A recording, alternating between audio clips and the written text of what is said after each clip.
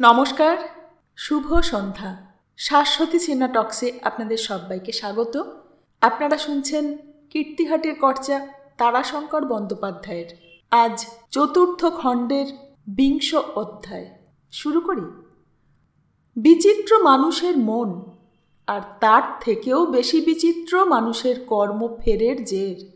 এদের নাগপাশ থেকে মানুষের পরিত্রাণ নেই। গ্রামের লোকেদের বাড়ি বাড়ি গিয়ে ঠাকুমার শ্রাদ্ধ সম্পর্কে পরামর্শ দেবার জন্য বলতে গিয়ে মনে বড় কষ্ট পেলাম। লোকের বাড়ি বাড়ি যাবার জন্যে পরামর্শ দিয়েছিলেন নায়েব।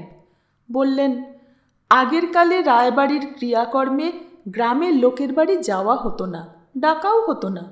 শ্রাদ্ধাদি সামাজিক ক্রিয়াতে অধিষ্ঠানের নিমন্ত্রণ করতে যেতেন বাড়ির পূজুরি, আর আহারের নিমন্ত্রণ করতেন ঠাকুরবাড়ির পরিচারক। পান সুপুরি পৈতে দিয়ে বরণের ব্যবস্থা আছে, তা কর্তারা থালাখানা এনে আসরে নামিয়ে দিয়ে বলতেন, ব্রাহ্মণেভ্য নমঃ বলে চলে যেতেন। আপনার মাতৃশ্রাদ্ধেও তাই হয়েছে। কিন্তু এখন হালচাল পাল্টে গিয়েছে বাবু। এখন নিজে না গেলে লোকে ঠিক। অতুলেশ্বর তখন খালাস হয়ে এসেছে, সে দাঁড়িয়েছিল সেখানে। আমাকে সে প্রায় নির্দেশ দিয়ে কথা বললে, লোকের বাড়ি বাড়ি যেতে হবে তোমাকে, না হলে আমি বারণ করব। আমি হেসে বললাম, নিশ্চয় যাব, জমিদার আমি সাজব না।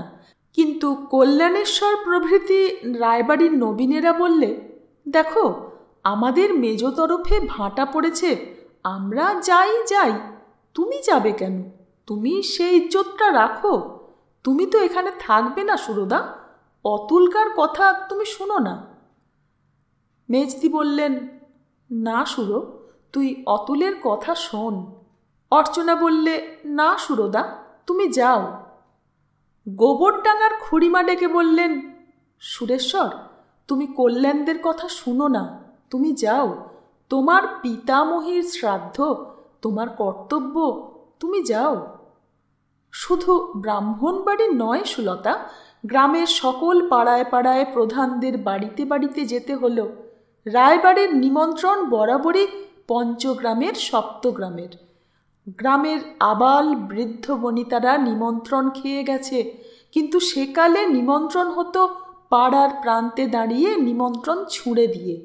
একখানা করে রোকা পাঠাতে হতো, লেখা থাকতো, অত্র রোকায় রায়বাড়ির নিমন্ত্রণ জানিবা, রায়বাড়িতে ড্যাশ ড্যাশ উপলক্ষে ভূদেব ভোজন হইবেক এবং তৎপর অন্যান্য সকল জনকে ভুরি ভোজনে আপ্যায়িত করা হইবেক। উক্ত ভোজনের আসরে তোমাদের পাড়ার সকলকে মায়ে আগত স্বগত কুটুম্বজনকে নিমন্ত্রণ জানানো হইতেছে। এবার আর রোকায় নিমন্ত্রণ চলল না, আমাকে যেতে হলো। গেলাম পাড়ায় পাড়ায়, ব্রাহ্মণ এবং বর্ধিষ্ণু শূদ্রদের ঘরে ঘরে। তারপর শ্রাদ্ধের আয়োজনের পরামর্শের জন্য সর্বাগ্রে আহ্বান জানাতে হলো কংগ্রেস কমিটির প্রেসিডেন্টকে। সেখানে নিয়ে গেল অতুলেশ্বর। কংগ্রেসের প্রেসিডেন্ট রঙ্গলাল ঘোষ তখন নেই, মারা গেছেন। তার জায়গায় প্রেসিডেন্ট হয়েছেন তার উকিল ছেলে, অতুলেশ্বর সেক্রেটারি। গ্রামে সদ্গোপ্তের সংখ্যাধিক্য, সুতরাং প্রেসিডেন্ট তারা ছাড়া কেউ হতে পারে না। রংলাল ঘোষের সেই উকিল ছেলেটি দাবি করলেন, শ্রাদ্ধ যে রকমই করি, যত খরচই করি, কংগ্রেস কমিটির সামনে একটা সংগ্রাম আসছে, তার জন্য কংগ্রেস ফান্ডে টাকা দিতে হবে। সেও দিতে আমি রাজি হলাম, কিন্তু তবু পরিপূর্ণ সহযোগিতা পেলাম না ওদের কাছে। তার কারণ, ওই গোয়ানপাড়ায় ভায়োলেটের স্মৃতি রক্ষার জন্য কিছু করবার সংকল্প করেছিলাম। কংগ্রেস প্রেসিডেন্ট বেঁকে বসলেন ওই কথায়, না, তা করতে পারবেন না। ঠাকুমা বলে গিয়েছিলেন তার শ্রাদ্ধের সঙ্গে যেন ভায়োলার জন্যে কিছু করি। বলেছিলেন, ওরে, বড়বাবু মারা গেলেন ভায়োলার পিছনে ছুটতে গিয়ে, আর বড়বাবু মারা গেলে আমি মরতে পারলাম না, ভায়োলা অনায়াসে বিষ খেয়ে গলায় দড়ি দিয়ে মরল। ভায়োলেট মেয়েটি গলায় কেন দড়ি দিয়েছিল জানি না, তবে আমার ঠাকুমা তার ওই ব্যাখ্যাই করেছিলেন এবং স্বামীর শ্রাদ্ধের দিনে রাত্রি 1 প্রহরের সময় উদ্ভ্রান্ত হয়ে টাকা নিয়ে গিয়েছিলেন গোয়ানপাড়ায় গির্জের পাদ্রির কাছে। ভায়োলেটের শ্রাদ্ধ হোক এই তিনি চেয়েছিলেন, কিন্তু তাও হয়নি, কারণ গভীর রাত্রে কারুর দেখা পাননি। ফলে রায়বাড়িতে মেজ তরফ তাকে... একটা দীর্ঘ নিঃশ্বাস ফেলে সুরেশ্বর বললে, আমি তার কথায় সংকল্প করেছিলাম গোয়ানপাড়ায় ভায়োলেটের স্মৃতি রক্ষার জন্য কিছু করে দেব, আর ভায়োলেটের কবরের যদি কোনো সন্ধান মেলে তবে কবরটিতে অন্তত একটা মার্বেল ক্রস বসিয়ে কবরটি মার্বেল দিয়ে ঢেকে দেব। কিন্তু বাধা পড়ল 3 দিক থেকে, কীর্তিহাটের কংগ্রেস ও গ্রামের তরফ থেকে, রায়বাড়ির ছেলেদের তরফ থেকে, এবং সব থেকে আশ্চর্যের কথা, গোয়ানপাড়া থেকেও এলো বাধা। ঠাকুমা যদি কীর্তিহাটে তার শ্রাদ্ধ করতে না বলতেন আর ভায়োলেটের স্মৃতির জন্য কিছু করতে না বলতেন, তবে এইখানে ছেদ টেনে দিয়ে বলতাম, এই শেষ। কলকাতায় থাকতাম, নায়েব গোমস্তারা জমিদারি চালাতো, হিসেব দিত, আমি নিশ্চিন্ত মনে আজকের দিনটির অপেক্ষা করে থাকতাম। কিন্তু ঠাকুমার শেষ ইচ্ছা পালন করতে গিয়ে প্রথমেই পেলাম বাধা। কীর্তিহাটের কংগ্রেস প্রেসিডেন্ট বললেন, গোয়ানপাড়ায় কিছু করা হবে না, করতে গেলে বাধা পড়বে, গ্রামের লোকে হয়তো খাবে না, আপনাকে ওদের নিয়েই থাকতে হবে। না খাওয়ার অর্থ ভীষণ, অন্তত আমার ঠাকুমার শ্রাদ্ধের ক্ষেত্রে। তাহলে যে অপরাধে তাকে রাধা সুন্দরের মন্দিরে ঢুকতে দেওয়া হয়নি, যে অপরাধে তার ছেলে যজ্ঞেশ্বর রায় তার পৈতৃক কোম্পানির কাগজ তাদের নামে লিখিয়ে নিয়েছিলেন, সেই অপরাধ কায়েম হয়ে যাবে। গোয়ানপাড়ার খ্রিস্টান বাসিন্দারা সেই ভোটের সময় থেকে কংগ্রেস বিরোধী, ইংরেজদের সমর্থক হয়েছে প্রকাশ্যে, তাদের সঙ্গে মুসলিম লীগের পান্ডারা হাত মিলিয়েছে। তার সঙ্গে মনে পড়িয়ে দিলে, অতুল, তুমি তো একবার ভুগেছ। ভোটের পর গোয়ানপাড়া পুড়িয়ে দিয়েছিল যারা, তুমি তাদের ঘর নতুন করে গড়বার জন্যে সাহায্য করতে চেয়েছিলে, তার জন্য... সবটা না বলে অতুল থেমে গেল। জানে তো মনে আমার আছে, শুধু বলে দিলে, এবার আবার তার থেকেও কিছু বেশি হবে। আমি অতুলকে বলেছিলাম, অতুল কাকা, এটাও তো জানো যে সেদিন পুলিশ এসে যখন আমাকে রক্তমাখা অবস্থায় পেয়েছিল, তখন আমি যে জবানবন্দি দিয়েছিলাম তার জন্যেই কীর্তিহাটের গ্রামের কারুর গায়ে আঁচ লাগেনি। জানি, কিন্তু সে না করে তোমার উপায় ছিল না, সে করতে তুমি মরালি বাধ্য ছিলে। মরালি বাধ্য ছিলাম? অন্তত আমি তাই মনে করি। একটু ভেবে আমি বলেছিলাম, তাই যদি মনে করো অতুল কাকা, তবে আমি আর তোমার বা তোমাদের সাহায্য চাইব না। আমি যা পারি যেমন পারি নিজেই করব, গ্রামের লোক যা করে করুক। বেশ, করো। অতুল চলে গিয়েছিল। মেজ দিদি অর্চনা স্তম্ভিত হয়ে গিয়েছিল। অতুল এমন কথা বলতে পারে তারা তা ভাবতে পারেনি। সাহস দিয়ে পাশে এসে দাঁড়িয়েছিলেন গোবরডাঙ্গার খুড়িমা এবং শেষ শয্যায় শুয়ে ধনেশ্বর রায়। কদিনের মধ্যে তিনি ভেবে ভেবে সব চক্ষুলজ্জা, সব মিথ্যে মর্যাদার মোহ ত্যাগ করে নিজের বিগত অন্যায়কে স্বীকার করে নিতে পেরেছিলেন। স্বীকার করেছিলেন রাধা সুন্দরের চত্বরে সেদিন উমাদেবীকে ঢুকতে দেয়নি বড় তরফকে দেবোত্তর থেকে বঞ্চিত করবার জন্যে, কিন্তু বড় তরফের বড় ছেলে যজ্ঞেশ্বর রায় জটিল বিষয়ী এবং দুর্দান্ত নিষ্ঠুর। তিনি মাকে পাগল বানিয়ে তাকে বৃন্দাবনে বনবাসে দিয়ে বিষয়ের মুঠো এতটুকু আলগা হতে দেননি। আমি দোষ স্বীকার করছি, তার প্রায়শ্চিত্ত আমি করে যাব সুরেশ্বর।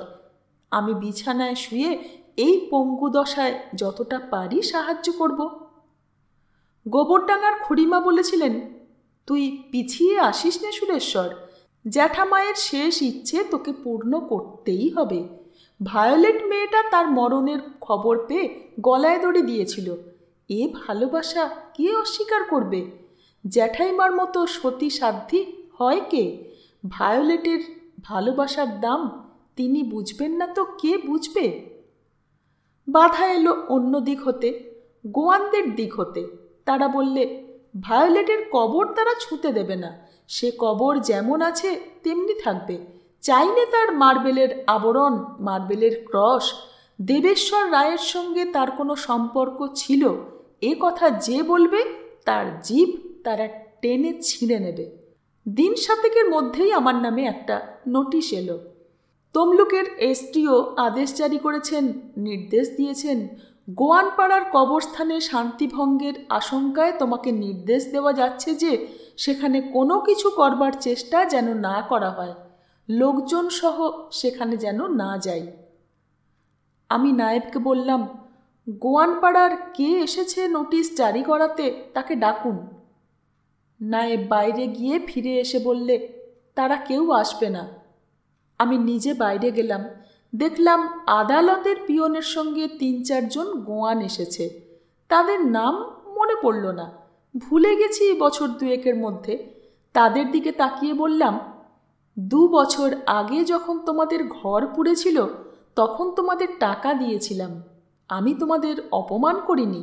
ভায়োলেটের কবর আমি বাঁধিয়ে দিতে চাই, তোমরা দেবে না ভালো কথা, কিন্তু ভায়োলেটের নামে যদি চার্চে টাকা দিই বা তার নামে একটা কিছু করে দিই গোয়ানপাড়ায়, তাহলে তাও কি নেবে না তোমরা?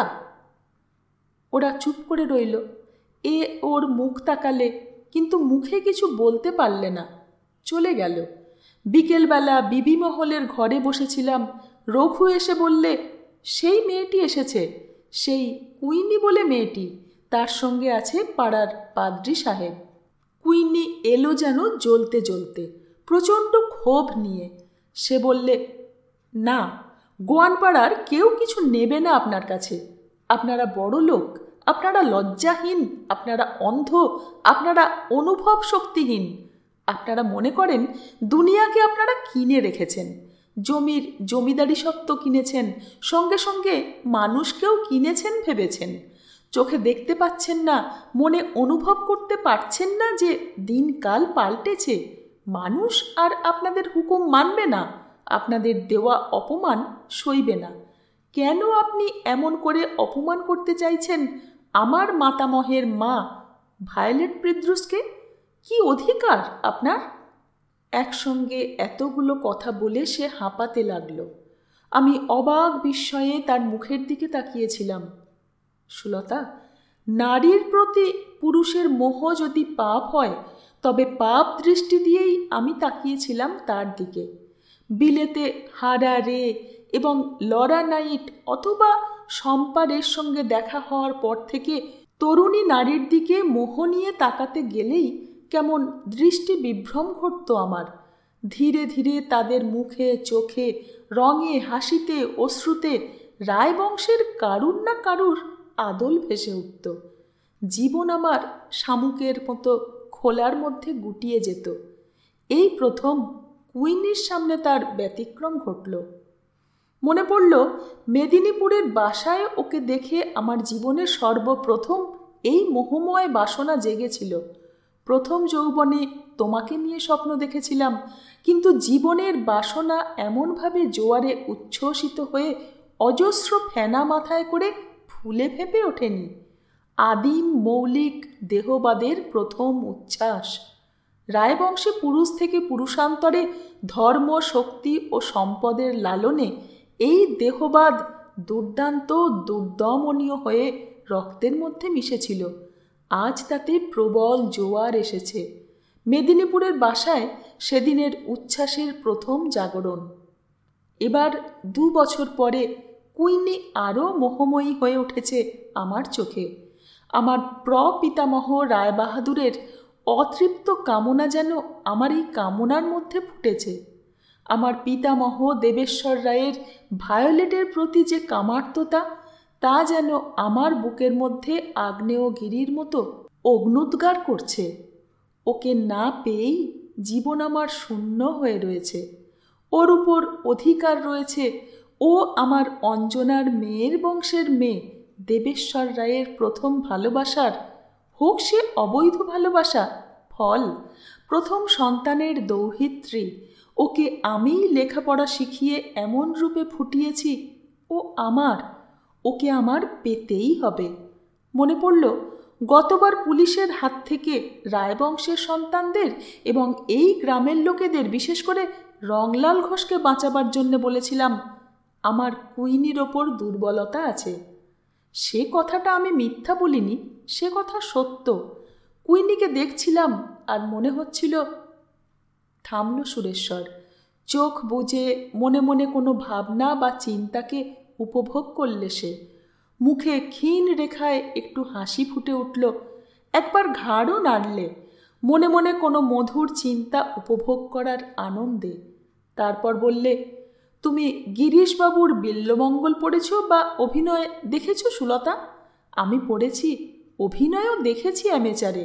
তাতে চিন্তামণির রূপ এবং দেহমোহে অন্ধ বিল্বমঙ্গল বাপের শ্রাদ্ধের দিন শ্রাদ্ধ করেই চিন্তামণির বাড়ি রওনা হচ্ছে দুর্যোগ মাথায় করে।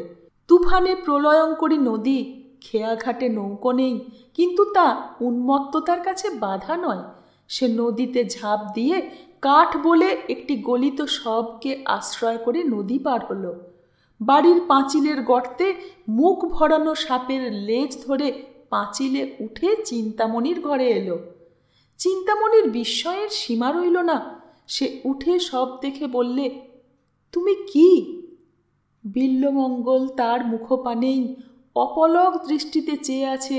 কোনো ভ্রুক্ষেপ নেই, অন্য কথা নেই, শুধু একটি কথা, চিন্তামণি, তুমি অতি সুন্দর, তুমি অতি সুন্দর।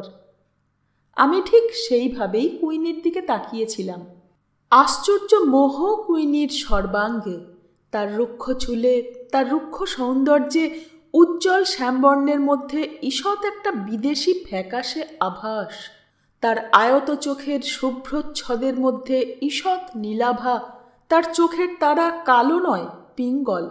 তাও আমার কাছে অপরূপ বলে মনে হলো। আমি তার দিকে নিষ্পলক দৃষ্টিতে তাকিয়ে রইলাম। পুরাণের কাল হলে বলতাম আমি মদন বাণবিদ্ধ, জর্জরিত। অতি বাস্তববাদীর ভাষায় আমি তখন আদিম কামনায় আদিম মানুষের মতোই কামার্ত।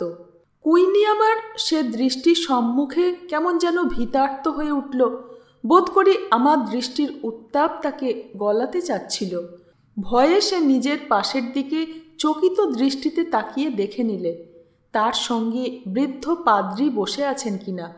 তাকে দেখে আশ্বস্ত হয়ে আমাকেই তিরস্কার করে তাকে বললে, উঠে আসুন ফাদার, উনি শুধু অসভ্যই নন, উনি বর্বর, ওকে আমি ঘৃণা করি, আই হেট হিম।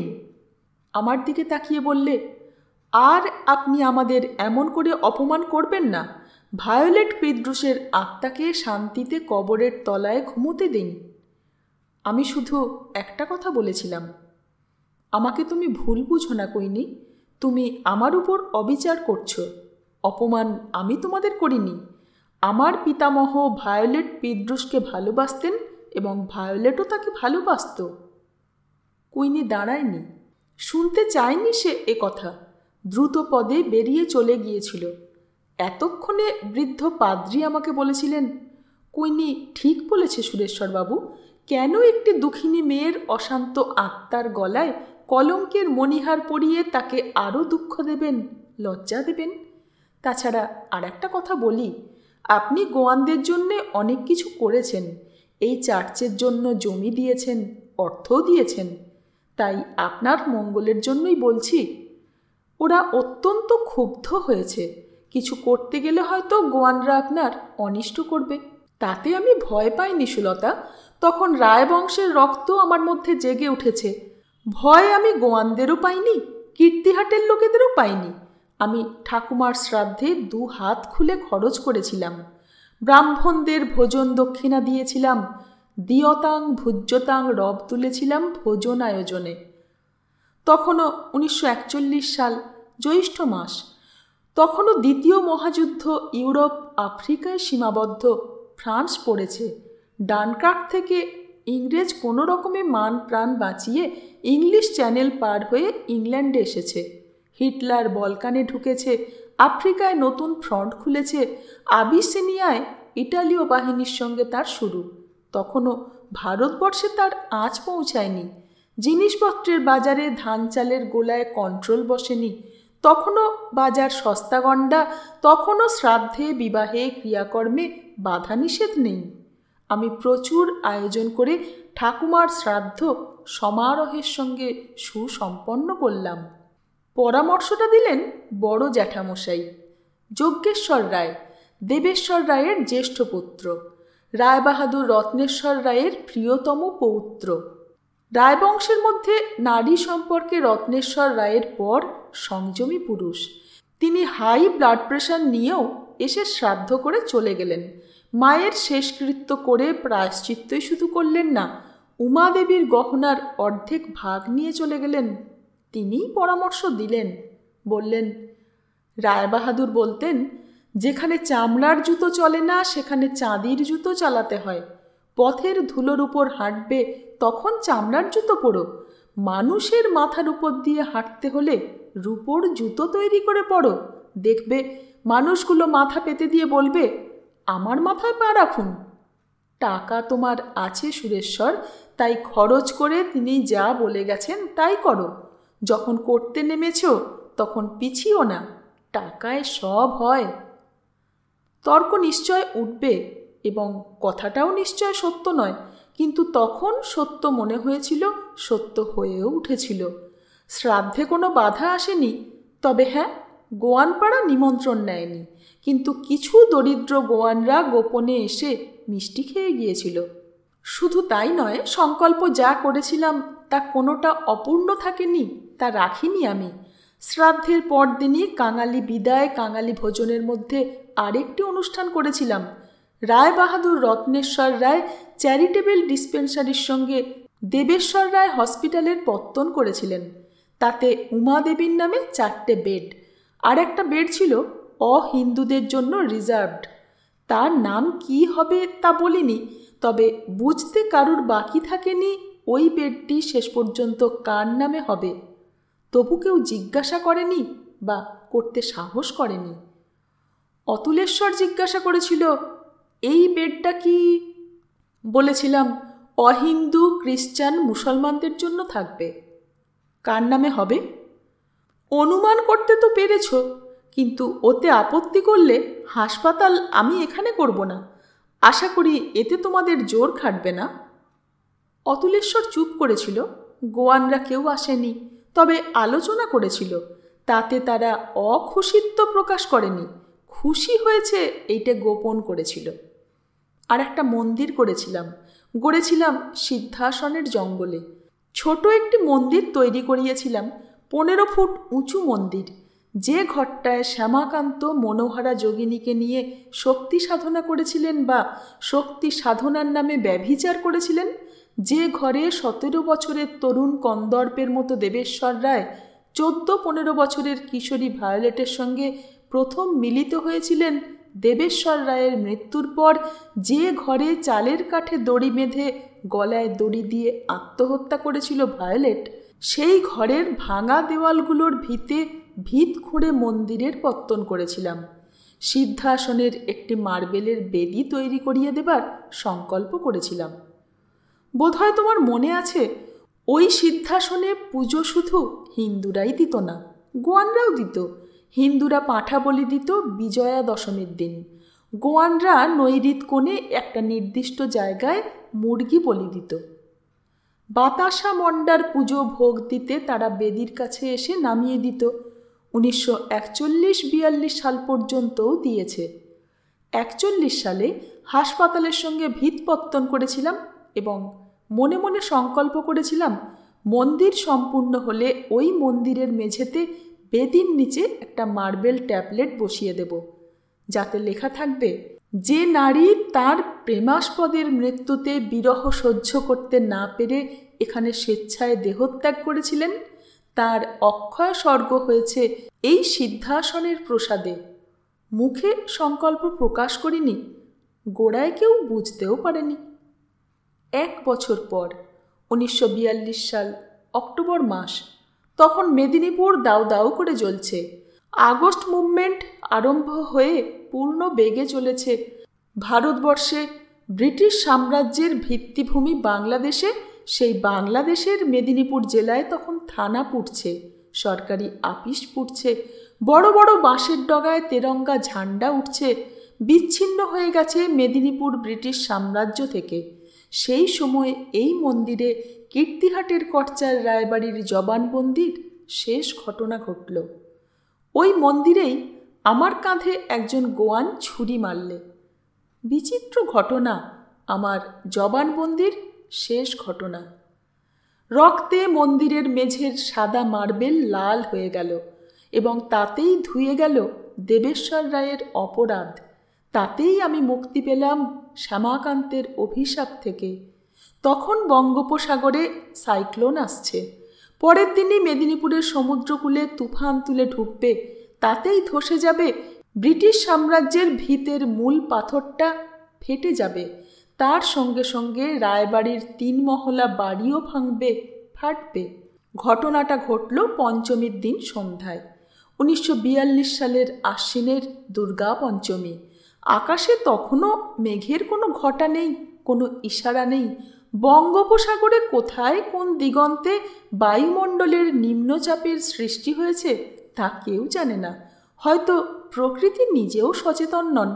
শরতের আকাশে মেঘ রৌদ্রের খেলা চলেছে। পুজোর ঢাক তখন ভোরবেলা আর সন্ধেবেলা একবার করে বেজে যায়, তাকে ধুমুল দেওয়া বলে। 1942 সালে মেদিনীপুরের অবস্থা তখন ভয়ঙ্কর। আগস্ট মুভমেন্ট আরম্ভ হয়ে গেছে। ইউরোপের যুদ্ধ পশ্চিম থেকে পূর্ব দিগন্তে ছিটকে এসে পড়েছে। পার্ল হারবার থেকে শুরু করে জাপানিরা হংকং, সিঙ্গাপুর কেড়ে নিয়ে গোটা বার্মা মুলুকটাই ছিনিয়ে নিয়েছে। ইংরেজের পল্টন হটে হটে ক্লান্ত হয়ে, খেতে খেতে, ঘুমিয়ে পড়তে পড়তে কোনো রকমে ইন্ডিয়াতে এসে হাঁপ ছেড়েছে। ভারতবর্ষের পূর্বাঞ্চলও কেড়ে নেবে আন্দাজ করে রিট্রিটের প্ল্যানিং করে ফেলেছে। মেদিনীপুর সমুদ্রকূল অঞ্চলে নৌকো, সাইকেল এসব করে ইংরেজ সরকার কেড়ে নেবার নোটিশ দিয়েছে। এরই মধ্যে কংগ্রেস কুইট ইন্ডিয়া রেজুলেশন নিয়ে বলেছে, ভারত ছেড়ে তোমরা চলে যাও। অন্যদিকে বাজারে জিনিসপত্রের দর হু হু করে চড়তে শুরু করেছে। বাংলাদেশে কলকাতা থেকে শুরু করে আসাম অঞ্চল, পূর্ববঙ্গ জুড়ে ইংরেজ এবং আমেরিকান সৈন্যে ছেয়ে গেছে। এরই মধ্যে কুইট ইন্ডিয়া রেজুলেশন থেকে আগুন লেগে গেল দেশে। গোটা ভারতবর্ষেই লাগলো আগুন, কিন্তু বাংলাদেশে মেদিনীপুর জেলা হয়েছিল বারুদের গাদা। সেই গাদায় বিস্ফোরণ ঘটে গেল। মেদিনীপুরের আত্মার প্রতীক মাতঙ্গিনী হাজরা, তিনি থানা দখল করতে গিয়ে গুলি খেয়ে মারা গেলেন। কিন্তু থানার দখল দিয়ে গেলেন সাধারণ মানুষদের হাতে। কীর্তিহাটের দখল নিয়ে বসল কীর্তিহাট কংগ্রেস। কংগ্রেসের সভাপতি রংলাল ঘোষের ছেলে সেক্রেটারি অতুলেশ্বর রায়। থানার দারোগা পালিয়েছিল, কনস্টেবলেরাও পালিয়েছিল। একজন এএসআই ধরা পড়ে দেশি সরকারের হাতে অ্যারেস্টেড হয়েছিল। সঙ্গে সঙ্গে যারা ইংরেজ পক্ষের লোক তারা হয়েছিল নজরবন্দি। তার মধ্যে ছিলাম আমি জমিদার। আমি এর আগে মেজদির কেসে এবং অতুলেশ্বরের কেসে কংগ্রেসকে সাহায্য করেছি বটে, তবুও বারবার হুকুম অমান্য করেছি। আর নজরবন্দি হলো গোটা গোয়ানপাড়ার লোকেরা। যেসব লীগপন্থী মুসলমান আনাগোনা করছিল তারা অদৃশ্য হয়ে গেল, ফিরে গেল আপন আপন নিরাপদ আস্তানায়। তখন সবে হাসপাতাল তৈরি শেষ হয়েছে, বিছানাপত্র এবং সরঞ্জামও এসেছে, কিন্তু অনুষ্ঠান করে উদ্বোধন হয়নি। পুজোর আগেই উদ্বোধনের কথা। উদ্বোধনের জন্য জেলা ম্যাজিস্ট্রেট এম খানের আসার কথা। কিন্তু বিপ্লব বলো বিপ্লব, বিদ্রোহ বলো বিদ্রোহ, তার আগুন জ্বলবার পরই আমার উপর পরোয়ানা জারি হলো। হাসপাতাল অবিলম্বে খোলা হবে, ওপেন করবেন কংগ্রেস সভাপতি। হাসপাতালের জরুরি প্রয়োজন, আহত হচ্ছে যারা তাদের চিকিৎসা চাই। তাই হলো। আমি সেদিন হাত জোড় করে কংগ্রেস সভাপতিকে আহ্বান করে বললাম, আপনি যে অনুগ্রহ করে এই দেবেশ্বর রায় হাসপাতাল উদ্বোধন করতে সম্মত হয়েছেন তাতে রায়বংশ এবং আমি কৃতার্থ। আপনি জননায়ক। জিভে আটকায়নি, সংকোচও বোধ করিনি সুলতা, বরং যেন কিছুটা খুশিই হয়েছিলাম। তবে স্বাচ্ছন্দ্য বোধও করিনি, কারণ এদের দলে আমার স্থান অনেক নিচে এটা মনে করে আড়ষ্ট হয়ে জীবনের ছন্দে সহজ উল্লাস আসবে কি করে বলো? তবে আনুগত্যের শপথ নিয়েছিলাম। বিনিময়ে অস্থায়ী স্থানীয় সরকার আমাকে বন্দি করে ঘরে আবদ্ধ রাখেনি বটে, তবে নজরবন্দি করে রেখেছিল। গতিবিধি সীমাবদ্ধ ছিল, গ্রামের মধ্যে চিঠি লেখা বারণ ছিল, আরও বাধা নিষেধ ছিল কিছু কিছু। আমি এরই মধ্যে চেয়েছিলাম ওপারে সিদ্ধাসনের মন্দিরে যাওয়ার অধিকার। আমি একটা অজুহাত অনেক খুঁজে খুঁজে বের করেছিলাম। ওই সিদ্ধাসনের মন্দিরে আমি ফ্রেস্কোর মতো ছবি আঁকব। প্রার্থনা আমার মঞ্জুর করেছিলেন কংগ্রেস প্রেসিডেন্ট, কারণ গোটা গোয়ানপাড়াটা গত 2 বছরের ভোট ঝগড়া থেকে সন্দেহভাজন হিসেবে তখন সতর্ক স্বেচ্ছা সৈনিকদের কড়া পাহারায় রয়েছে, এবং আমি নজরবন্দি হলেও বিশেষ সম্মানিত নজরবন্দি। আমার দেওয়া হাসপাতালেই কংগ্রেসি স্বেচ্ছাসেবকদের চিকিৎসা হচ্ছে। এমনকি প্রেসিডেন্ট নিজেই ওপেনিংয়ের সময় ওই অহিন্দুদের জন্য সংরক্ষিত বেডটির নামও ঘোষণা করেছেন, ভায়োলেট পিড্রোস বেড। কিন্তু রিজার্ভ রাখার শর্তটি তুলে দিয়েছেন। স্বাধীন ভারতবর্ষে ওই জাতিভেদ চলবে না। বলেছেন, হিন্দু মুসলমান খ্রিস্টান ভেদ আমাদের নেই, তারা আমাদেরই আপন লোক, তবে বিশ্বাসঘাতকতা কারুরই বরদাস্ত করা হবে না। গোয়ানরা বলতে কিছু পারেনি, সাহস করেনি। তারা তখন হেরে গেছে, তখন গোটা পাড়াটাই কড়া পাহারায় বাস করছে। কোনো অসম্মান নেই, কোনো নির্যাতন নেই। তবে বাইরের লোক ভিতরে আসতে পারেনি। ভিতরের লোক বাইরে, অর্থাৎ গ্রামের বাইরে যেতে পায় না। বাইরে যে কাজ থাক বা বাইরে থেকে যে জিনিসের প্রয়োজন হোক তা করে দেয় বা এনে দেয় কংগ্রেসের স্বেচ্ছাসেবকরা। এই বিচিত্র অবস্থার মধ্যে নিত্য আমি যেতাম সিদ্ধাসনের নতুন মন্দিরে ছবি আঁকতে, কিন্তু আঁকা হতো না। কি আঁকবো ভেবে পেতাম না। কল্পনার মধ্যে ক্রমাগত দেবেশ্বর রায় ও ভায়োলেট পিড্রোসের ছবি ভেসে উঠত। আঁকতে ইচ্ছে হতো দেবেশ্বর এবং ভায়োলেটের প্রথম মিলন দৃশ্য এবং ভায়োলেটের ও দেবেশ্বর রায়ের মৃত্যু দৃশ্য। সে ট্যাবলেটটা তখনও বসানো হয়নি, সেটা কলকাতায় বরাত দেওয়া ছিল, এসে পৌঁছায়নি। আগস্ট মাস থেকে অক্টোবর দুর্গা পঞ্চমীর দিন পর্যন্ত নিত্য যেতাম ছবি আঁকার অজুহাতে, কিন্তু ছবি আঁকতে নয়, যেতাম আমি কুইনিকে দেখতে। আমার জবানবন্দিতে আমি মিথ্যা বলবো না। এর আগেই আমি বলেছি, ঠাকুমার শ্রাদ্ধের সময় যখন কুইনিকে দেখেছিলাম তখন থেকেই আমি তার মোহে আচ্ছন্ন। তার কামনায় আমি প্রমত্ত এবং কায়িক মিলনের কামনার সঙ্গে প্রেমের সম্পর্ক নিকট এবং নিগূঢ় বলে তার প্রেমেও আমি প্রেমার্ত বলতে দ্বিধা করছি নে। কুইনি আমাকে প্রত্যাখ্যান করেছে, বলেছে সে আমাকে ঘৃণা করে, কিন্তু আমি তাতেও তিক্ত হইনি, বিমুখ হইনি। প্রত্যাখ্যানেও আমি আহত হইনি, তার উপর ক্রুদ্ধ হতে পারিনি। বরং উল্টো হয়েছিল, আমি আরও বেশি করে আকৃষ্ট হয়েছি। নিত্য সে প্রেম, সে কামনা তিলে তিলে বেড়ে সে তিলোত্তমার মতো সম্পূর্ণ হয়ে প্রাণ প্রতিষ্ঠার প্রতীক্ষায় আছে। মন্দির শুরু করবার পর থেকেই আমি কাজ দেখবার অছিলায় নিত্য যেতাম। তখনও আগস্ট মুভমেন্ট আরম্ভ হয়নি, তখনও গোয়ানপাড়া ও কীর্তিহাটের লোকেদের সঙ্গে রেষারেষি বেঁধে চলেছে। আমিও তখন জমিদার, স্বাধীন আমার গতিবিধি। প্রয়োজন ছিল কি না জিজ্ঞাসা করলে বলবো, আমার মতো লোকের পক্ষে যাবার কোনো প্রয়োজন ছিল না, কারণ এমন করে দাঁড়িয়ে থেকে নিজে তদারক করে কাজ করানো আমার স্বভাবের বাইরে কখনো করাইনি। হিসেবিও আমি নই। বাবা এত প্রচুর রেখে গিয়েছিলেন যে হিসেব আমাকে করতে হতো না। প্রায় শেষ করে এনেছি, তবুও ছিল। ঠাকুমার মৃত্যুর পর হাসপাতাল পত্তন করে ওখানেই থেকে গেলাম। গিয়েছিলাম যেসব আকর্ষণে, তার মধ্যে 2টো আকর্ষণ বড় ছিল। একটা ছিল জমিদারির জেদের আকর্ষণ, আর একটা কুইনির আকর্ষণ। কুইনিকে দেখতে পাবো, তার উপরে নেশা ধরে গেছে আমার। জীবন কামনার্ত হয়ে তাকে চাচ্ছে। আমার চোখে তখন কুইনির রূপ এক আশ্চর্য রূপ। কিন্তু কুইনি কাঁসাই পার হয়ে কীর্তিহাটে আসতো না, গোয়ানরাও না। কুইনির এবং বৃদ্ধ পাদ্রিটির ব্যবস্থায় ওরা এই কীর্তিহাটের সঙ্গে ভোটের ঝগড়া থেকেই একটা সংগঠন গড়ে তুলেছিল। ঠাকুমার শ্রাদ্ধে ভায়োলেট বিদ্রোষ আর দেবেশ্বর রায়ের সম্পর্ক নিয়ে ঝগড়াটাকে আরও পাকিয়ে তুলে নিজেদের সংগঠনটিকেও শক্ত করে তুলেছিল। কীর্তিহাটে তারা আসতো না, এখানকার ফ্রি প্রাইমারি স্কুলে ছেলে মেয়েদের পাঠাতো না, এখানকার গার্লস স্কুলে মেয়েরা যারা পড়তে আসতো তাদেরও ছাড়িয়ে নিয়ে কুইনি নিজে একটা কোচিং ক্লাস খুলেছিল। এমনকি কীর্তিহাটের দোকানে জিনিসপত্র কেনাও বন্ধ করে গ্রামেই একটা মুদির এবং একটা ছোটোখাটো মণিহারির দোকান খুলেছিল। গ্রামে প্রয়োজন হলে যখন কাউকে আসতে হতো তখন 2-3 জন মিলে আসতো। কীর্তিহাটের লোকেরা যেতে হলে 5-7 জন মিলে দর্প ভরে যেত।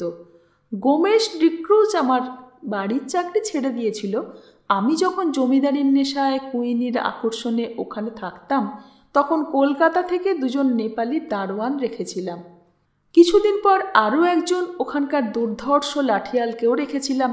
দস্তুর মতো জমিদারি আসর সাজিয়ে বসে ঠাকুমার স্মৃতিরক্ষার কাজটাকে আশ্রয় করে ওখানে কুইনিকে জয় করতে চেয়েছিলাম।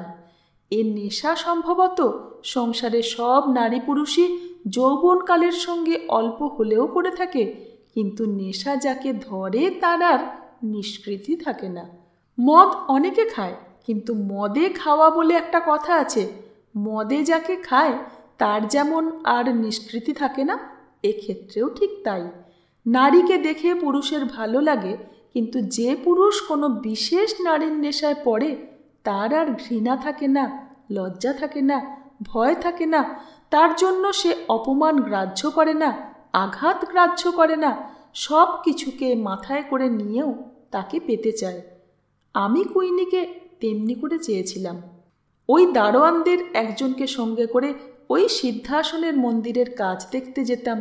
দেখতে যাওয়ার গুরুত্বের উপর জোর দেবার জন্য উড়িষ্যা থেকে পাথরের কারিগর এনে পাথরের কাজ করাবার প্ল্যান জুড়ে দিয়েছিলাম এবং ওই মন্দির থেকে একটু সরে লাঠিয়াল বাগদিদের একটা পল্লী বসিয়েছিলাম, জমি দিয়ে, ঘর করবার খরচ দিয়ে, যেন গোয়ানরা মন্দিরটার ক্ষতি না করে, ভেঙে না দেয়। গোয়ানরা আসতো একটা সীমানা অবধি, তারা সেখান থেকে দাঁড়িয়ে দেখত। এদের সঙ্গে একবার না একবার কুইনি আসতো। আমি একখানা চেয়ার পেতে বসে থাকতাম এই সময়টুকুর জন্য। কুইনিকে দেখে মন তৃপ্তিতে ভরে যেত, তার দিকেই তাকিয়ে থাকতাম। সে সহ্য করতে পারত না আমার দৃষ্টি, বেশ একটু উত্তপ্ত হয়েই সে চলে যেত। আমার চিত্ত দ্বিগুণ অতৃপ্ত হয়ে উঠত। কিছুদিন সে একেবারেই আসতো না। আমি অশান্ত অতৃপ্ত মনে সারাক্ষণ বসে থেকে ফিরে আসতাম অপরাহ্নে। রাত্রে ঘুমোতে পারতাম না। মদ্যপান করে ঘরে বসে হয় বাঁশের বাঁশি, নয়তো বেহালা নিয়ে সেই ছবির ঘরে বসে সুর তুলতাম। গভীর রাত্রি পর্যন্ত বাজতো আমার বাঁশি অথবা আমার বেহালা। লোকে আমাকে ঘৃণা করতে শুরু করেছিল, কারণ আমার মনের কথা আমি ঢেকে রাখিনি আবরণ দিয়ে, আবার জবরদস্তি করে উচ্চকণ্ঠে ঘোষণা করেও কিছু বলিনি, যার জন্যে লোকে আমাকে শাস্তি দিতে পারে। বেশ কিছুদিন না আসার পর কুইনি একদিন এলো। আমার মুখ উজ্জ্বল হয়ে উঠেছিল বোধহয়। ওদের সীমানা রেখার ওপাশে দাঁড়িয়ে বললে, শুনুন। আমি উঠে গেলাম। তীব্র ক্ষুব্ধ কণ্ঠে বললে, আপনি এখানে কেন আসেন? কিসের জন্য? মন্দির দেখতে আসি বলিনি আমি বলেছিলাম আমার ভালো লাগে বলে আসি, স্থানটিকে আমি ভালোবাসি এবং কি থাক সে কথা অনুক্তই থাক। আপনি অতি ইতর বলে সে চলে যেতে যেতে বলেছিল, আর আসবেন না, আমি আসব। আমার কথা সে শোনেনি, সে চলে গিয়েছিল। কিছুদিন পর অতুল এসে একদিন বললে, সুরেশ্বর, এতকাল পর তুমি সত্যিই জমিদার রায়বংশের ধারা ধরলে। জ্যাঠামশাই দেবেশ্বর রায়ের পাটটা রাখবার জন্য কোমর বেঁধে লাগলে শেষকালটায়। বেশ খোশ মেজাজে ছিলাম, অর্থাৎ নেশার মৌজে। বললাম, তোমার নীল রক্ত দেউলে হয়ে লাল হয়ে গেছে অতুল খুড়ো। যে মাথা তাজ পরে সেই মাথা কাটা যায়, তাই বলে তাজ পরতে কেউ ছাড়ে না। দরকার হলে মাথাটা দেব গো। অতুল বলেছিল, তার দেরি নেই সম্ভবত, কারণ আগস্ট তখন সামনে। আগস্টের প্রথমেই Congress quit India movement resolution নিলে। দেখতে দেখতে সারা ভারতবর্ষে আগুন জ্বলল। বাংলাদেশে জ্বলল প্রথম মেদিনীপুরে। মাতঙ্গিনী হাজরার রক্ত দিয়ে সিক্ত মাটির উপর স্বাধীন ভারতের পতাকা দণ্ড পোতা হল। মেদিনীপুরে ব্রিটিশ সরকারের অধিকার উচ্ছিন্ন হয়ে গেল। পল্টন ছেড়ে দিয়ে ইংরেজ আবার তাকে কায়েম করতে চেয়েছে। বাইরে দেখানোর মতো দখলও একটা নিয়েছিল বটে, কিন্তু আর মেদিনীপুরে ঠিক ইংরেজ রাজত্ব কায়েম হয়নি। সেই সময়ে মন্দিরের পাথর বসানোর কাজ হচ্ছিল। একটা কথা বলতে ভুলেছি, প্রথম যখন মাপ অনুযায়ী লালচে পাথরের স্ল্যাবগুলি এলো, তখন একটা বিস্ময়ের সাড়া পড়ে গিয়েছিল চারিদিকে। পাথর বসাচ্ছে মন্দিরে, আশ্চর্য মন্দির তৈরি হচ্ছে। গোয়ানপাড়ার লোক আগে এসেছিল, ভিড় করে দাঁড়িয়ে তারা দেখেছিল। কিছুক্ষণ পর, অনেক দিন পর এসেছিল কুইনি। অনেকক্ষণ দাঁড়িয়ে দেখে সে চলে গেল। পাথরের স্ল্যাবগুলির উপর নকশার ডিজাইন আমি নিজে করে দিয়েছিলাম। রায়বাড়ির কথা, কীর্তিহাটের কর্চার একটা খসড়া আমি তার মধ্যে ফুটিয়ে দিতে চেষ্টা করেছিলাম, কিন্তু নকশার মূল ডিজাইনটা ছিল লতার মধ্যে বিকশিত পদ্মের শাড়ি। যদি কোনোদিন কীর্তিহাট যাও তুমি, দেখে খুশি হবে এ কথা বলতে পারি। ওই নকশা যখন দেওয়ালের গায়ে রূপ নিয়েছে, স্ল্যাবগুলি বসানো হয়েছে, তখন একদিন বেড়ার ওপাশে দাঁড়িয়ে দীর্ঘক্ষণ দেখে আমাকে ডাকলে, বললে, শুনুন। গেলাম। সে বললে, এত সুন্দর মন্দির তৈরি করছেন কেন? কিসের, কার মন্দির? আমি বললাম, উপলক্ষ হিসেবে সবাই যা বলে তাই। সিদ্ধাসনের দেবী যোগিনীর মন্দির, যার পুজো হয় বিজয়া দশমীর দিন বাসন্তী পূজার সময়। আসলে এ মন্দির আমি উৎসর্গ করছি একটি ভালোবাসার উদ্দেশ্যে। এখানে একটি তরুণ একটি তরুণীকে প্রথম ভালোবেসে মিলিত হয়েছিল, এবং পরে ওই প্রেমাস্পদের মৃত্যুতে মেয়েটি স্বেচ্ছায় মৃত্যুকে ডেকে তাকে পেতে চেয়েছিল। তারই জন্যে এত সুন্দর করে গড়ছি। স্থির দৃষ্টিতে মন্দিরের দিকে তাকিয়ে সে অনেকক্ষণ দাঁড়িয়েছিল, অনেকক্ষণ। তার আশেপাশে আরও কয়েকজন গোয়ানো ছিল। আমিও আমার আসনে ফিরে গিয়ে বসিনি। বেড়াটা মাঝখানে রেখে সে যতক্ষণ ছিল ততক্ষণ দাঁড়িয়েছিলাম। হঠাৎ একসময় সে ভিড় ঠেলে চলে গিয়েছিল। পরের দিন থেকে আবার সে আসা বন্ধ করেছিল, কিন্তু স্তব্ধ দ্বীপ্রহরে তাকে দেখতে পেতাম। সে গোয়ানপাড়ার ভিতরে তার বাড়ির জানালা ধরে দাঁড়িয়ে আছে। যেদিন পাথর বসানো শেষ হলো, সেদিন আশ্বিনের আকাশ ঝলমল করছিল। পিতৃপক্ষ শেষ হয়েছে, মহালয়া গেছে আগের দিন।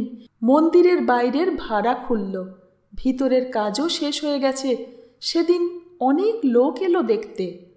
আমি খুঁজলাম কুইনিকে। এত লোকের মধ্যে কাউকে যেন আর দেখতেও পেলাম না। অনেক খুঁজে তাকে দেখতে পেলাম ভিড়ের মধ্যে। মন্দিরটাই দেখছিল সে, আমি তাকেই দেখছিলাম। হঠাৎ চোখে চোখ মিলল। সে আমার দিকে তাকালে। বাড়ি ফিরে এলাম সন্ধ্যাবেলা। আসবার সময় কাঁসাইয়ের খেয়াঘাটে দাঁড়িয়েছিল গোমেশ। সে হেঁট হয়ে নমস্কার করে বললে, হুজুর, আপনার জন্যেই দাঁড়িয়ে আছি। বললাম, কেন, দরকার আছে? সন্ধ্যার আবছায়ার মধ্যে সে আমার হাতে একখানা কাগজ দিলে, তার সঙ্গে গুঁজে দিলে একটা ভাঁজ করা টুকরো কাগজ। বললে, একটা দরখাস্ত দিলাম হুজুর, এবার পুজোর সময় কাপড় চোপড় কিছু হবে না হুজুর। বাড়ি এসে দরখাস্তখানায় চোখ বুলিয়ে টুকরো কাগজটা দেখলাম। খুব সুন্দর করে পিন দিয়ে জুড়ে দেওয়া ছিল। তাতে লেখা ছিল, মন্দির শেষ হলো, এরপর দয়া করে আর এপারে আসবেন না, আমার মিনতি। এরা অত্যন্ত ক্রুদ্ধ হয়ে উঠেছে। আমি পঙ্গুর মতো অসহায়, আপনার অনিষ্ট করবে। আমি উথলে উঠেছিলাম সুলতা। ঠিক সেই সময়ই কে ডেকেছিল, সুরেশ্বর। চমকে উঠেছিলাম। ডাক মেজদিদির। মেজ দিদিকে কলকাতায় অর্চনার কাছে রেখেছিলাম, তিনি এসেছেন সেদিন। অতুল তাদের খবর দিয়েছে শ্যামাকান্তের অভিসম্পাত সুরেশ্বরের ঘাড়ে ভর করিয়াছে। সে গোয়ানপাড়ার কুইনি মেয়েটার জন্য উন্মত্ত হইয়া উঠিয়াছে। আমি চমকে উঠেছিলাম। সত্যিই কি তাই? পুরুষ নারীর জন্য পাগল হয়, নারী পুরুষের জন্য পাগল হয়। দেহ সম্ভোগের অন্তহীন অতৃপ্তিতে মানুষ বিকৃত মস্তিষ্ক হয়। আবার মহাপ্রকৃতির অভিসম্পাতে শ্যামাকান্ত ইহকাল পরকাল সব হারিয়ে নিজের গলা টিপে নিজেকে পীড়িত করেন, মাথা কুটে রক্তাক্ত করেন নিজেকে। আমি কি? হয়তো তাই, কিন্তু ফিরবার শক্তি আমার ছিল না। আমার আফসোসও ছিল না। কুইনির জন্য ইহকাল হারাতে আমার এতটুকু খেদ ছিল না। আমি সব হারাতে প্রস্তুত ছিলাম। আমার সব সম্পদ, আমার জীবন বলে বাড়াবাড়ি করব না, তবে তাও পারতাম।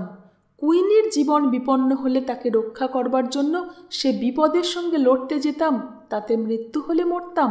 কুইনিই যদি সেই প্রকৃতি হয়, রহস্যময়ী হয়, তবে তাকে না আমি বলবো না, তার জন্যে পাগলও হব না। থাক সুলতা, এখন যা হয়েছিল বলি। তবে তবে একটা কথা বলে নি, কুইনির প্রতি এই আকর্ষণ যে কেন এত প্রমত্ত তা আমি বিশ্লেষণ করে দেখেছি। ঠিক পুরো বুঝতে পারিনি, শুধু এইটুকু বলতে পারি তার রূপের মধ্যে এমন একটা কিছু ছিল যা আমার পুরুষ চিত্তকে প্রমত্ত করে। আর একটা কথা, এটা এর আগে বলেছি, বারবার মনে হতো ও আমাদের, আমাদের সম্পর্ক আছে ওর সঙ্গে। মনে পড়ত অঞ্জনাকে, রত্নেশ্বর রায়কে, মনে পড়ত দেবেশ্বর রায় এবং ভায়োলেটকে। পরদিন সকালে উঠে চা খেয়ে উঠে দাঁড়ালাম। যাব সিদ্ধাসনের মন্দিরে, কিন্তু কাল মন্দিরের কাজ শেষ হয়েছে। এর মধ্যে ঘরে মেজদি অতুলেশ্বর থেকে ওপারে গোয়ানদের মধ্যে এ নিয়ে একটা সাড়া পড়ে গেছে, এবং সময়টা এমন যে আজ আর আমার ব্যক্তিগত অধিকার, সম্পত্তিগত অধিকার, কোনো অধিকারই আমার স্বাধীন যথেচ্ছ বিচরণের পথ খোলা রাখেনি। আগস্ট মুভমেন্টের প্রথম ঝাপটা চলে গেছে। সাব ডিভিশন এবং বড় বড় সরকারি এলাকার জায়গাগুলোয় পুলিশ মিলিটারির সাহায্যে আবার শৃঙ্খলা ফিরেছে বটে, কিন্তু তার বাইরে অধিকাংশ অঞ্চলেই বিপ্লবী স্বাধীন সরকারের অধিকার কায়েম আছে। অধিকাংশ মানুষ স্বাধীন সরকারের পক্ষে, তারাই তাদের সৈনিক। সরকারি পক্ষের লোক বলে যারা চিহ্নিত, তারা কড়া নজরের মধ্যে বসবাস করছে। তাদের উপর নির্যাতন নেই, কিন্তু তারাই ভয়ে প্রায় পঙ্গু হয়ে গেছে। চোর ডাকাত প্রভৃতি দুর্ধর্ষ মানুষেরাও স্বাধীন সরকারের অনুগত সৈনিক হিসেবে সৎ হয়েছে এবং বিনিদ্র হয়ে কাজ করছে। আজ সকাল থেকে যেন ওখানে না যাই, তার একটা সাবধান বাক্য অতুলেশ্বর উচ্চারণ করে গেছে। গোমেশের হাত দিয়ে সাবধান করে দিয়েছে কুইনি, কিন্তু তাই আমাকে বেশি করে টানলে। কুইনি আমার জন্যে উৎকণ্ঠিত হয়েছে, আমি না গিয়ে পারি? আমি একটু ভেবে রং তুলি একটা ঝোলায় পুরে রওনা হলাম। প্রেসিডেন্টের কাছে ছবি আঁকবার অজুহাতে ওপারে যাবার অনুমতি নতুন করে নিয়ে চলে গেলাম। ওপারের ঘাটে যেখানে নামতাম সেটা গোয়ানপাড়ার সামনে পড়ে। ওখানে নামতেই কতকগুলো মেয়ের সঙ্গে দেখা হলো। তারা মুখে কাপড় চাপা দিয়ে হেসে বললে, বাবু ফের এসেছে আজ। তারপর ঘটনাটা অতর্কিতেই কতকটা ঘটে গেল। ওখানে যাওয়ার কিছুক্ষণের মধ্যেই, বোধহয় ঘণ্টাখানেকের ভেতর, সেদিন রাজমজুরেরা নেই, থাকবার মধ্যে সঙ্গে আছে একজন দারোয়ান, আর আছে যেসব শক্তপোক্ত লাঠিয়ালি জানা ছোট জাতের হিন্দুদের বাস করিয়েছি তাদের বাড়ির মেয়েরা।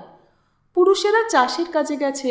ওদিকে গোয়ানপাড়ায় গোয়ানদের রাগের আগুন সুযোগ পেয়ে জ্বলে উঠেছে। কেন আসবে বাবু? এই পারে কেন আসবে? তারা জানে কি জন্যে বাবু আসে। তারা আর সইবে না। পাড়ার সব থেকে নওজোয়ান ছেলেটি এসেছিল হন হন করে। তখন কুইনি এসে বেড়ার ওধারে দাঁড়িয়েছে। আমি তার দিকে তাকিয়ে হাসলাম। তার চোখে মুখে উত্তেজনা, সে হাঁপাচ্ছিল উত্তেজনায়। সে বললে, কেন এসেছেন? আবার কেন এসেছেন?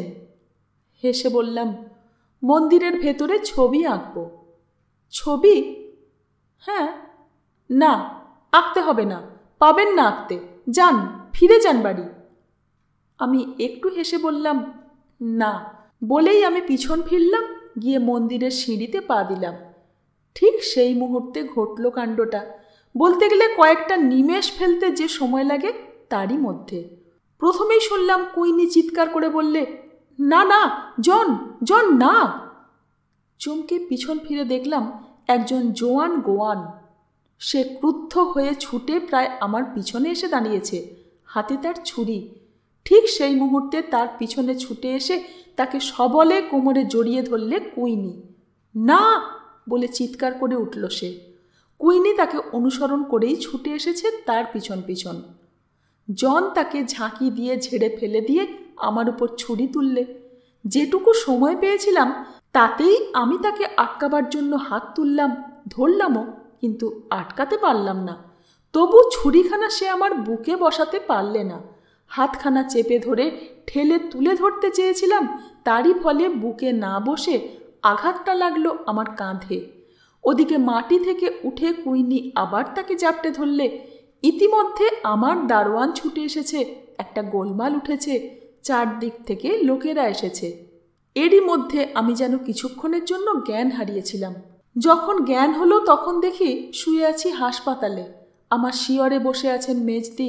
শুনলাম জন ধরা পড়েছে, তাকে হাতে পায়ে বেঁধে রেখে দেওয়া হয়েছে, আর তার সাহায্যকারিণী এবং এই ষড়যন্ত্রের নায়িকা হিসেবে কুইনিকেও বন্দিনী করা হয়েছে।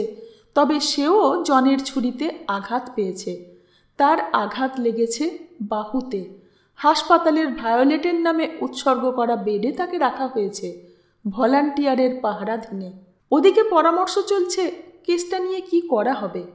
ইংরেজের থানায় পাঠানো হবে, ইংরেজের আদালতে বিচার হবে। ওদিকে গোটা কীর্তিহাটের লোকেরা গোয়ানদের উপর ক্ষিপ্ত হয়ে উঠেছে। একবার তারা গোয়ানপাড়া পুড়িয়ে দিয়েছিল, এবার তারা পাড়া নিশ্চিহ্ন করে দেবে। মেজদিকে বললাম, মেজদি তুমি অতুলকে বলো, অপরাধ ওদের নয়, অপরাধ আমার। ভালোবাসা আমার অপরাধ। কুইনিকে আমি ভালোবাসি, ওরা তা সইতে পারেনি। কুইনি আমাকে বাঁচাতে গিয়ে আঘাত পেয়েছে। ষষ্ঠীর দিন সন্ধ্যা থেকে আকাশে ক্রুদ্ধ সাইক্লোনের নাকাড়া বাজল। সে সাইক্লোন সপ্তমীর দিন এসেছিল কলকাতায়, মেদিনীপুরে এসেছিল ষষ্ঠীর মধ্যরাত্রে। সন্ধ্যা থেকে আরম্ভ হয়েছিল উন্মত্ত ঝড়ের প্রলয়ঙ্কর মাতামাতি। সন্ধ্যা থেকে আকাশ নিকষ কালো অন্ধকার হয়ে গিয়েছিল। খবর এসেছিল কাঁথির ওদিকে নাকি সৃষ্টি নিশ্চিহ্ন হয়ে গেছে। সমুদ্রের তুফান এসে সব ধুয়ে নিয়ে যাবে। সমুদ্রের ঝড়ের সঙ্গে মেদিনীপুরের পরিচয় সৃষ্টির আদি থেকে। তারা জানে, তারা খবর পাঠায়, তারা আকাশের দিকে তাকিয়ে খবর পড়তে পারে। সেদিন কংগ্রেস হুকুম দিয়েছিল গোটা কীর্তিহাটের লোক এসে আশ্রয় নিক রায়বাড়ির পাকা ইমারতের মধ্যে। স্কুল, হাসপাতাল, কাছারি, যেখানে যত পাকা বাড়ি আছে এসো সকলে, তার মধ্যে এসে আশ্রয় নাও। আমাকে হুকুম দিয়েছিল বিবি মহলে যেতে। আমি আমার বেড থেকে উঠে এসে দাঁড়িয়েছিলাম কুইনির বেডের ছোট্ট ঘরখানিতে। কুইনি বসে দুহাতে মুখ ঢেকে কাঁদছিল। ডাকলাম, কুইনি। কুইনি মুখ তুলে ফুঁপিয়ে কেঁদে উঠল। আমি তাকে বললাম, ভয় কি? চলো, আমার সঙ্গে চলো। হাসপাতালের অন্য লোকেরা আসছে, আমার সঙ্গে বিবি মহলে চলো। যাবে না? গোয়ানদের কি হবে? তারাও এপারে এসে কীর্তিহাটের লোকেদের সঙ্গে রায়বাড়িতে থাকবে। আমি প্রেসিডেন্টের কাছে নতজানু হয়ে বলবো। সেই ঝড়ের মাতামাতির মধ্যেই আমি সেই আহত অবস্থাতেই তাকে নিয়ে এসে উঠেছিলাম বিবি মহলে। সত্য কথা বলতে গেলে সেই আমার কুইনির সঙ্গে বিবাহ। সেই প্রলয়ঙ্কর ঝড়ের মধ্যে ভীতার্ত নির্বাক কুইনিকে আমি সারা রাত বুকে জড়িয়ে ধরে বাসর যাপন করেছিলাম। সত্য অর্থে বাসর, সুলতা। মাথার উপর প্রলয়ঙ্কর ঝড়ের গর্জন একটানা বয়ে চলেছিল। মধ্যে মধ্যে বড় বড় গাছ ভেঙে পড়ার শব্দ হচ্ছিল।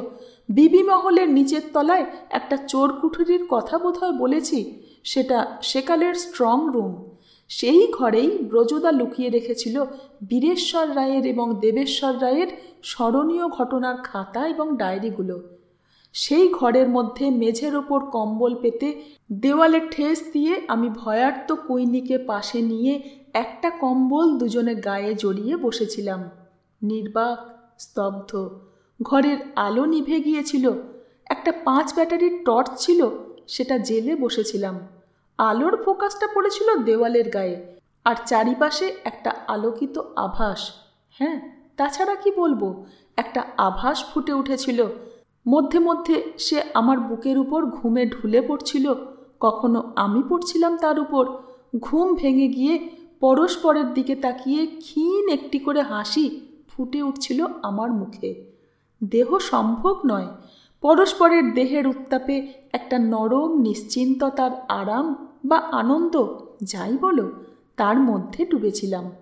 বাংলা কবিতার একটা লাইন মনে পড়ছে, মোহিতলালের নারী কবিতার লাইন, সন্তান মরিছে বুকে তখনই যে নবগর্ভাধান।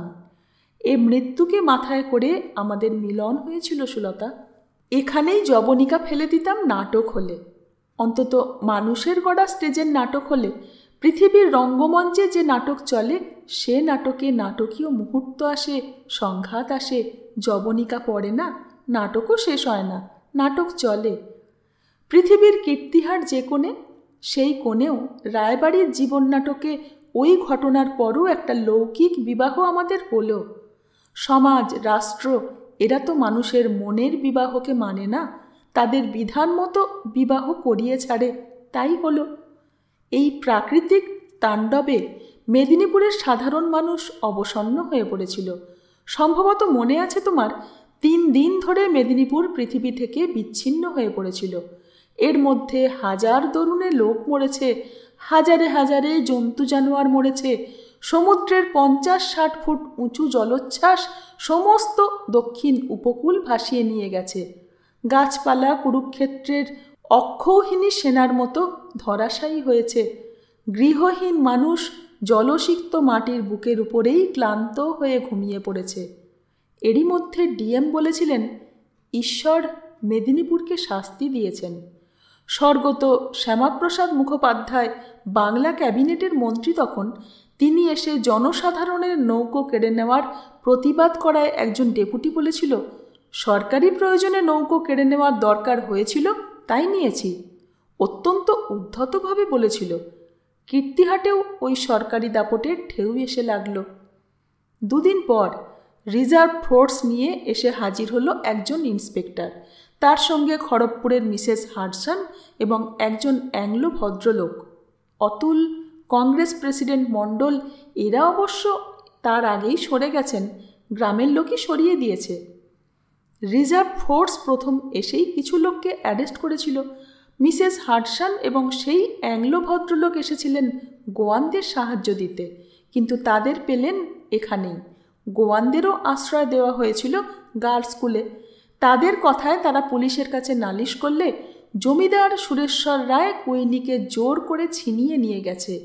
কুইনি আটকে রয়েছে বিবি মহলে।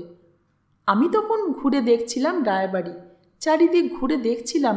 রায়বাড়ির 3টে সিঁড়ি, 3টে চিলেকোঠা। চিলেকোঠাগুলো সবই ভেঙে গেছে, উত্তর দিকের গোটা আলসে ভেঙেছে। সব থেকে বড় ক্ষতি হয়েছে বিভিন্ন সময়ে তৈরি রায়বাড়ির বিভিন্ন মহলগুলোর জোরের মুখে ফাট ধরেছে। বিবি মহলের সব থেকে যেটা শোভার বস্তু, আরামের স্থান, ছাদের উপর 8 কোণা ছত্রীঘর, যেখানে বসে আমি ছবি আঁকতাম, বাঁশি বেহালা বাজাতাম, যেখানে বসে থাকতেন বীরেশ্বর রায়, সেই ছত্রীঘরখানাও ভেঙে পড়েছে। ধানের গোলা ভেঙে ধান ছড়িয়ে পড়েছে, ভেসে গেছে।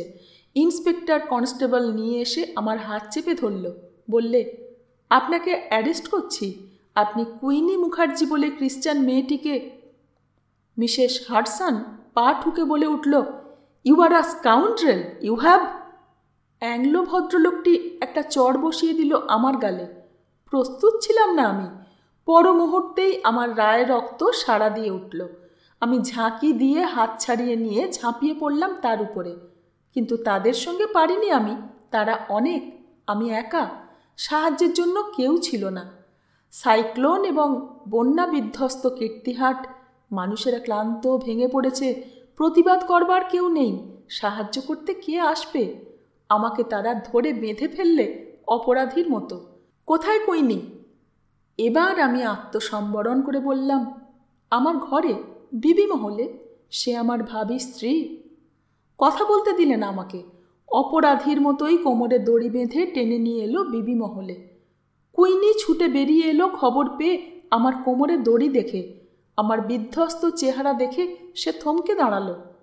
কেন ওকে বেঁধেছেন? কি করেছেন উনি? মিসেস হাডসন বললেন, কুইনি, তুমি সেফ? তোমার কোনো অমর্যাদা? কুইনি এক কথায় সব কথার জবাব দিলে। আগে ওকে ছেড়ে দিন। উনি আমার ভাবী স্বামী, আমি ওকে ভালোবাসি। এ নিয়ে সমস্যা অনেকের কাছে ছিল, কিন্তু আমার কাছে ছিল না, কুইনির কাছেও না। ওই গোয়ানপাড়ার পাদ্রি বুড়ো ম্যারেজ রেজিস্ট্রারের কাজ করেছিলেন। আবার বাড়িতে মেজদি বলেছিলেন। তারা বিবি মহলে দাঁড়িয়েছিলেন। মেজদি, গোবরডাঙ্গার খুড়িমা, বর্ধমানের খুড়িমা, অর্চনার মা, ব্রজদার বোন। মেজদি বলেছিলেন, কুশণ্ডিকাটা করবি নে রে, কুইনি তো আসলে মুকুজ্জে, পরে না হয় খ্রিস্টান হয়েছে। গোবরডাঙ্গার খুড়িমা একটা বেলপাতায় খানিকটা কালী মায়ের প্রসাদী সিঁদুর বাড়িয়ে দিয়ে বলেছিলেন, অন্তত এটা দিয়ে দে সুরেশ্বর। কুইনি তাতে আপত্তি করেনি, একটু হেসেছিল। কালীবাড়ি নারায়ণ মন্দিরেও সে যেতে চেয়েছিল, অন্তত আগ্রহ ছিল। কিন্তু যাবার পথ আটকালে রায়েরা, কল্যাণেশ্বরেরা। এবার কল্যাণেশ্বর একা নয়, গোবরডাঙ্গার খুড়িমাও বলেছিলেন, না, সেটাতে হ্যাঁ বলতে পারবো না। তবে সিদ্ধাসনের নতুন মন্দিরে আমরা দুজনে প্রণাম করে এসেছিলাম, কেউ আপত্তি করেনি। ওখান থেকে গোয়ানপাড়ায় ওদের গির্জেতে গিয়েছিলাম দুজনে। সেখান থেকে ফিরে এসে শুনলাম রায়বাড়ির শরিকদের জটলা হচ্ছে। আমি পরের দিন কুইনিকে নিয়ে কলকাতায় চলে এলাম। প্রয়োজন নেই, দেবোত্তরের সেবায়েত সত্ত্বের 1/6 অংশে আমার প্রয়োজন নেই। আমার ব্যক্তিগত জমিদারি পত্তনি, দরপত্তনি সত্ত্ব সে কেউ নিতে পারবে না। যদি পারে তাতেও আমার প্রয়োজন নেই। না, প্রয়োজন নেই। গোটা রায়বাড়িটাই ফেটে হাঁ হয়ে গেছে। ছাদের আলসে ভেঙে পড়েছে, ছাদে জল পড়ছে, বিবি মহলের ছত্রি উড়েছে। এবার পড়বে, ভেঙে পড়বে হুড়মুড় করে।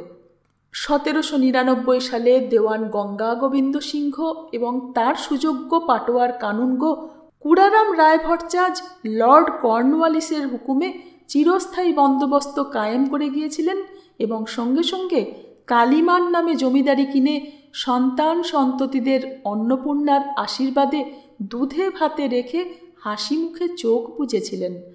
আজ 1942 সালে আগস্ট মুভমেন্টের মধ্যে একটা প্রলয়ঙ্কর ঝড় এসে সে জমিদারির সব কিছু আছড়ে ফেলে মড়মড় করে ভেঙে দিয়ে গেল। খবর আসতে লাগলো, বড় বড় জমিদার বাড়ির কোথাও ভেঙেছে মাথা, কোথাও ভেঙেছে মাঝখানে, কোথাও ভেঙেছে ভিত থেকে। এখন এখানে যে মাথা গুঁজে থাকতে চাইবে সে চাপা পড়বে। প্রজারা আর বেগার দেয় না। ইট কাঠ চাপা পড়লে তাদের ধরে এনে আর ইট কাঠ সরানো যাবে না। তোমাদের চাপা পড়ে মরতে দেখলে তারা হাততালি দিয়ে হাসবে। পালাও, এখান থেকে পালাও। 20 অধ্যায় এখানেই শেষ। আর একটি অধ্যায়, 21 অধ্যায় বাকি। পরের দিন সেটা নিয়ে আসছি। সঙ্গে থাকবেন, শেষ পর্যন্ত শুনে দেখুন, ভালো লাগবে আপনাদের। ধন্যবাদ।